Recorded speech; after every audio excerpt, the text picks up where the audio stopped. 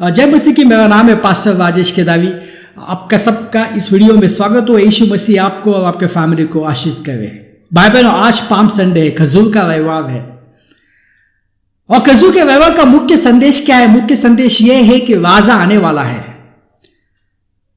अभी ये जो संदेश था, ये जो भविष्यवाणी थी, सिर्फ उन लोगों के लिए नहीं है मगर हम लोग के लिए भी अभी के लिए भी है कि राजा जो है वो आने वाला है।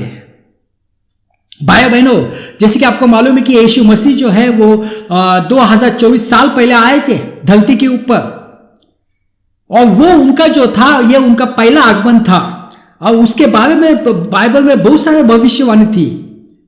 और जकरिया ने जो है वो पाम संडे के बारे में भी भविष्यवाणी की थी कि यीशु मसीह आने वाले हैं, वो गधे पे बैठ के जो है वो आने वाले हैं।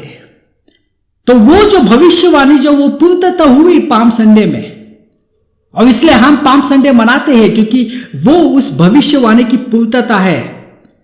अभी जकरिया ने जो है यीशु मसीह के पहले आगमन की भविष्यवाणी की थी और यीशु मसीह के दूसरे आगमन के भी भविष्यवाणी की गई है। तो यदि पहले आगमन की भविष्यवाणी पूर्ण हुई है तो भाइयों बहनों, यीशु मसीह के दूसरे आगमन की भविष्यवाणी भी पूर्ण होगी। बहुत सारे लोग जो है वो भविष्यवाणी के ऊपर विश्वास नहीं करते हैं। बहुत सारे कलीसिया विश्वास नहीं करते हैं। उनको लगता है ये सब कुछ होने वाला नहीं है। भाइयों बहनों, यदि आप पाम संडे मनाते हैं, पाम संडे क्यों मनाते हैं? क्योंकि उस दिन भविष्यवाणी की पूर्णता हुई। किसने दी थी? जकरिया ने दी थी। और जकरिया ने दूसरे आगमन की भविष्यवाणी भी दी गई है। क्या आप उसके ऊपर विश्वास नहीं रखेंगे?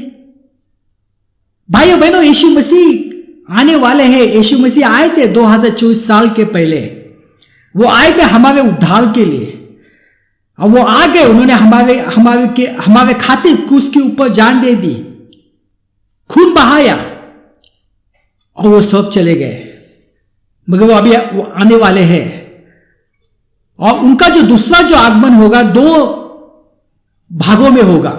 एक भाग जो होगा उसमें जो होगा उसको कहा जाता है रैप्चर या गुप्त आगमन। अभी रैप्चर या गुप्त आगमन है, यीशु मसीह जो है वो धरती के ऊपर नहीं आने वाले हैं। वो जो है वो स्वर्ग से नीचे आएंगे। हमको ऊपर उठाया जाएगा और हम जो है बादलों में यीशु मसीह को मिलेंगे और वहां से यीशु मसीह हमें स्वर्ग ले जाएगा। ये होगा रैप्चर में, ये होगा गुप्त आगमन में। और दूसरे जो आगमन है, दूसरे भाग का जो आगमन है, उसमें यीशु मसीह जो है वो जो है यरूशलेम में आने वाले हैं। वो जैतून के पर्वत के ऊपर आने वाले हैं। मुझे मालूम है बहुत सारे लोग जो है मसीह लोग रैप्चर के ऊपर विश्वास नहीं करते। कहते हैं कहां पे है रैप्चर वर्ड बाइबल में? भाइयों बहनों, रैप्चर ये लैटिन वर्ड है। बाइबल जो है, जो पुराना नियम वो इब्री भाषा में लिखा है, और जो नया नियम है वो लैटिन और ग्रीक भाषा में लिखा है। तो उसमें जो है ये रैप्चर शब्द है। और उस रैप्चर शब्दों को जो है जब इंग्लिश में ट्रांसलेशन हुआ, वो ट्रांसलेट हुआ कॉट अप, यानी ऊपर ले लेना। तो रैप्चर हकीकत है और ये अभी कभी भी जो है वो हो सकता है। हालेलुया। आइए हम पढ़ेंगे जकरिया की यीशु मसीह के पहले आगमन की भविष्यवाणी। जकरिया 9:9। सिय्योन आनंदित हो, यरूशलेम के लोगों आनंद घोष करो। देखो तुम्हारा राजा तुम्हारे पास आ रहा है। वो विजय पाने वाला, वो एक अच्छा राजा है, किंतु वो विनम्र है। वो गधे के बच्चे पर सवार है, एक गधे के बच्चे पर सवार है। तो भाई बहनों, यहां पे क्या लिखा है कि तुम्हारा राजा आने वाला है। तुम्हारा राजा तुम्हारे पास आ रहा है। तुम्हें डरने की आवश्यकता नहीं है। वो आने वाला है तुमको छुड़ाने के लिए। वो आने वाला है तुमको पाप के बंधन से छुड़ाने के लिए। वो तुमको आने वाला है नरक से बचाने के लिए। यहां पे लिखा है वो अच्छा राजा है और वो बहुत विनम्र है, और वो गधे के बच्चे पर सवार होके आ रहा है। तो ये भविष्यवाणी जो है खजूर के व्यवहार में उसकी पूर्तता हो गई जब यीशु मसीह आ गए यरूशलेम में। और जैसे कि आपको मालूम थे उस वक्त जो है फसल का पर्व था, इसलिए सब यहूदी जो है यरूशलेम में आए थे। और जब यहूदी ने उनको देखा यीशु मसीह आ रहे, क्योंकि उन्होंने यीशु मसीह के बारे में सुना बहुत, तब उन्होंने जान लिया कि यही हमारा राजा है जो हमें बचाने के लिए आने वाला है। हालेलुया। अभी हम पढ़ेंगे जकरिया 14:9, और यहोवा उस समय पूरे संसार के राजा होगा, यहोवा एक है, उसका नाम एक है। अभी ये जो भविष्यवाणी जो है, ये भविष्यवाणी यीशु मसीह का जो दूसरा आगमन होगा दूसरे भाग में, क्योंकि जब यीशु मसीह जो है उस धरती पे आएगा, यरूशलेम में आ जाएगा, और उसके बाद हर्मगिदोन के बाद जो है यीशु मसीह का 1000 साल का जो है वो मिलेनियम किंगडम शुरू होने वाला है। वो राजा बन के सारी धरती का वो जो है सबके ऊपर राज्य करने वाला है। इसलिए यीशु मसीह को कहा जाता है वो राजाओं का राजा है, प्रभुओं का प्रभु है। हालेलुया। लूका 19 में हम जाएंगे और पढ़ते हैं कि लोग जब यीशु मसीह को देखा तो बहुत सा खुश हो गए। और फिर जब वो जैतून की पहाड़ी से तलहटी के पास आया तो शिष्यों की समूची भीड़ उन सभी अद्भुत कार्यों के लिए जो उन्होंने देखे थे ऊंचे स्वर में प्रसन्नता के साथ परमेश्वर की स्तुति करने लगे। वे पुकार उठे, धन्य है वो राजा जो प्रभु के नाम में आता है, स्वर्ग में शांति हो और आकाश में परम परमेश्वर की महिमा हो। तो यहूदी बहुत खुश हो गए, क्योंकि जो भविष्यवाणी उन्होंने पढ़ी थी उनके सामने उसकी पूर्तता हो रही है। यीशु मसीह आने वाले हैं, इसलिए वो क्या कहा उन्होंने, धन्य है वो राजा जो प्रभु के नाम से आता है। बहुत खुश हो गए। मगर आगे देखते क्या हुआ। लूका 19 में वचन 41, जब उसने पास आकर नगर को देखा तो वह उस पर रो पड़ा और बोला, यदि तू बस आज यह जानता कि शांति तुझे किससे मिलेगी, किंतु वह अभी तेरी आंखों से ओझल है। तो भाई बहनों, यहाँ पे क्या हुआ, लोगों ने जो है यहूदी लोगों ने जो है यीशु मसीह का स्वीकार किया, मगर जैसे यीशु मसीह आगे चले गए और उस यरूशलेम शहर को देखा तो नजदीक जा तो वो रो पड़े, क्योंकि उनको मालूम है भविष्य में क्या होने वाला है। उनको मालूम है कि ये लोग अभी मेरा स्वीकार किया है, मगर यही लोग जो है वो आगे मुझसे नफरत करने वाले हैं, आगे मुझसे बगावत करने वाले हैं। और यीशु मसीह ने कहा कि तुम जानते तुम्हें यदि शांति कैसे मिलती है तो तुम ऐसा नहीं करते। इसलिए भाइयों बहनों, आज इज़राइल में यरूशलेम में शांति नहीं है, क्योंकि उन्होंने जो शांति का जो राजा है उसको ठुकराया। इज़राइल आज तक यीशु मसीह के ऊपर विश्वास नहीं करता है। लोग जो है वो बाहर से इज़राइल आते हैं अलग अलग जगह देखने के लिए, मगर जो यहूदी वहां पे है वो विश्वास नहीं करते, क्योंकि यहां पे क्या लिखा है कि अब तेरी आंखों से ओझल है। उनको दिखाई नहीं देता है, ओझल किया गया है। उनको समझ भी नहीं आता लोग क्यों आते हैं। उन्होंने शांति के राजकुमार को ठुकराया। कैसे ठुकराया अभी हम देखते हैं। लूका 23:20, पिलातुस यीशु को छोड़ देना चाहता था, सो उसने उन्हें फिर समझाया, पर वे नारा लगाते हुए, इसे क्रूस पर चढ़ा दो, इसे क्रूस पर चढ़ा दो। तो भाई बहनों, यहां पे क्या हुआ, जब लोगों को पता चला कि ये जो राजा जो है यीशु मसीह, जब उसके मकसद का पता चला कि ये तो जो है ये हमारे उद्धार के लिए आया है, ये हमारे पापों से बचाने के लिए आया है, तो वो थोड़ा नाराज हो गए। क्योंकि उनको क्या लगा कि ये जो राजा जो है यीशु, वो जो है वो जो रोमियो सरकार जो है, रोमियो साम्राज्य जो है, क्योंकि उस वक्त जो था उस वक्त यहूदियों के ऊपर जो है रोमन सरकार का राज्य था। तो उनको लगा कि ये जो है उनके साथ वो लड़ाई करेगा, युद्ध करेगा और वो उनको यहां से भगा देगा। मगर उनको समझ में आया कि यीशु मसीह तो यहाँ पे युद्ध करने आए नहीं है।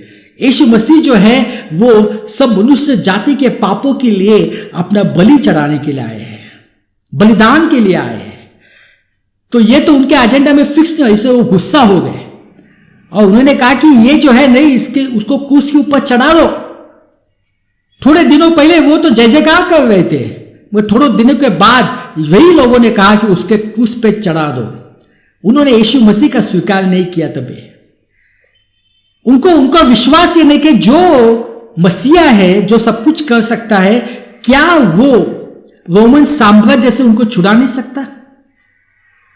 क्या उसके लिए युद्ध ही चाहिए? ये उन्होंने सोचा नहीं। उन्होंने यीशु मसीह का स्वीकार नहीं किया और 2024 साल हुए हैं, अभी भी वो उन्होंने यीशु मसीह का स्वीकार नहीं किया है।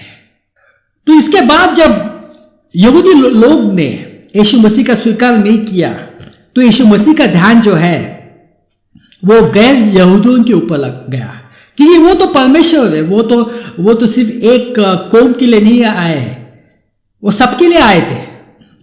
और इसलिए जो है कलीसिया की स्थापना हुई, जो कि अभी तक है। और जब गुप्त आगमन होगा, रैप्चर होगा, तो यीशु मसीह जो है, यीशु मसीह आने वाले हैं, वो बादलों पे आएंगे, हमको ऊपर उठा लिया जाएगा।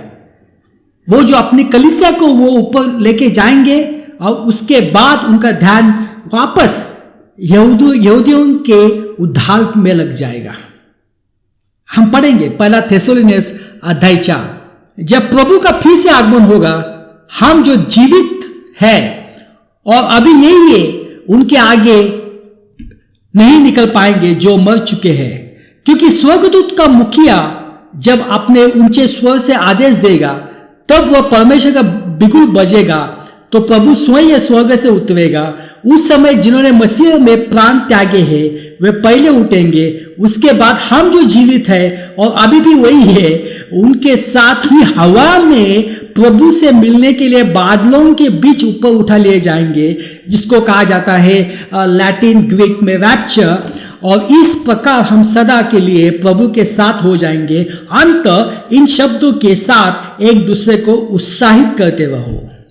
तो भाई बहनों, ये यीशु मसीह का दूसरे आगमन का पहला भाग है, जो कि रैप्चर। तो यीशु मसीह आने वाले हैं, मगर धरती के ऊपर नहीं आएंगे, हमको ऊपर उठा लिया जाएगा। हालेलुया। और मैं आपको बताना चाहता हूं कि ये जो आपके प्रियजन जो है वो कब्र में नहीं है। आपको लगता है वो कब्र में है, इसलिए आप कभी भी जब फेस्टिवल आ जाता है, आप कब्र में जाते हैं, फूल वगैरह डालते हैं, मगर वो कब्र में नहीं है। वो जो है, उनका आत्मा जो है वो स्वर्ग में यीशु मसीह के पास है। और जब गुप्त आगमन होगा, रैप्चर होगा, यीशु मसीह उनके आत्माओं को लेके आएगा और उनका जो शरीर जो है वो अलग अलग सिमेंट्रीज में होगा, अलग अलग जगह पे होगा। उस शरीर को उठाया जाएगा और आत्मा जो है उस शरीर के अंदर जाएगा और वो जो है वो ऊपर स्वर्ग में लिए जाएंगे। और जो जिंदा है, भाई बहनों, हम उस वक्त जिंदा रहेंगे, क्योंकि कभी भी रैप्चर हो सकता है, ये साल हो सकता है, और हम जो है जिंदा ही हमको ऊपर उठाया जाएगा। हालेलुया। तो भाई बहनों, ये यीशु मसीह का दूसरा आगमन का पहला भाग है। अभी दूसरा भाग में यीशु मसीह कैसे आएंगे हम वो देखते हैं। हम जाएंगे जकरिया 14:4। उस समय वह जैतून के पर्वत पर खड़े होगा, वह पहाड़ी जो यरूशलेम के पर्वत है, अंजीर का पर्वत फट पड़ेगा, पर्वत एक भाग उत्तर हो जाएगा, दूसरा भाग दक्षिण को। एक गहरी घाटी पूर्व से पश्चिम तक उभर आएगी। मत्ती 25 भी पढ़ेंगे। मनुष्य का पुत्र जब अपनी स्वर्गिक महिमा में अपने सभी दूतों समेत अपने शानदार सिंहासन पर बैठेगा। तो भाई बहनों, यहां पे लिखा है दूसरे आगमन के बारे में। यीशु मसीह जो है तभी धरती के ऊपर आने वाले, वो यरूशलेम में आने वाले हैं और वो आने वाले हैं डायरेक्ट जैतून के पर्वत पर। और जैसे कि आपको मालूम है, यही इसी पर्वत से वो जो है वो स्वर्ग गए थे। आप मत्ते में पढ़ सकते हैं। तो वहां पे आने वाले, जब आएंगे तो बड़ा भूकंप होगा। और साइंटिस्ट बताती है कि जो जैतून का पर्वत है उसके नीचे फॉल्ट लाइन है। इसका मतलब है कभी भी वहां पे बड़ा भूकंप हो सकता है और वही भूकंप होगा। तब यीशु मसीह जब आएंगे तब हर्मिगदोन होगा। जो ईसा विरोधी है, जो शैतान जो है, जो सेना जो आई थी, उनका सब जो है खात्मा किया जाएगा। और शैतान को जो है, शैतान को 1000 साल को कैद में डाल दिया जाएगा। और ईसा विरोधी जो सेना और झूठे जो नबी होते हैं, उनको जो है आग की झील में डाल दिया जाएगा। उसके बाद जो है यीशु मसीह का 1000 साल का शासन शुरू होगा धरती के ऊपर। और 1000 साल के बाद जो है वापस शैतान को थोड़े समय के लिए छोड़ दिया जाएगा। और उसके बाद जो है शैतान को जो है वो आग की झील में डाल दिया जाएगा। और शैतान का डी एंड, एक्चुअली शैतान का डी एंड तो क्रूस पे ही हुआ है, मगर उसका जो फाइनल डी एंड जो है उस दिन जो है आग की झील में जाएगा वो, और वो अनंत काल के लिए तड़पने वाला है। हालेलुया। भाई बहनों, ये जो है ये सब कुछ होने वाला है। तो अब तो तुम्हारा और मेरा राजा आने वाला है, वो कभी भी आ सकता है। हमें जो है उसके ऊपर नजर रखना है। आइए हम प्रार्थना करते। पिता परमेश्वर, धन्यवाद देते ये समय के लिए। ये सब प्रार्थना यीशु मसीह के नाम से करता हूं, आमीन।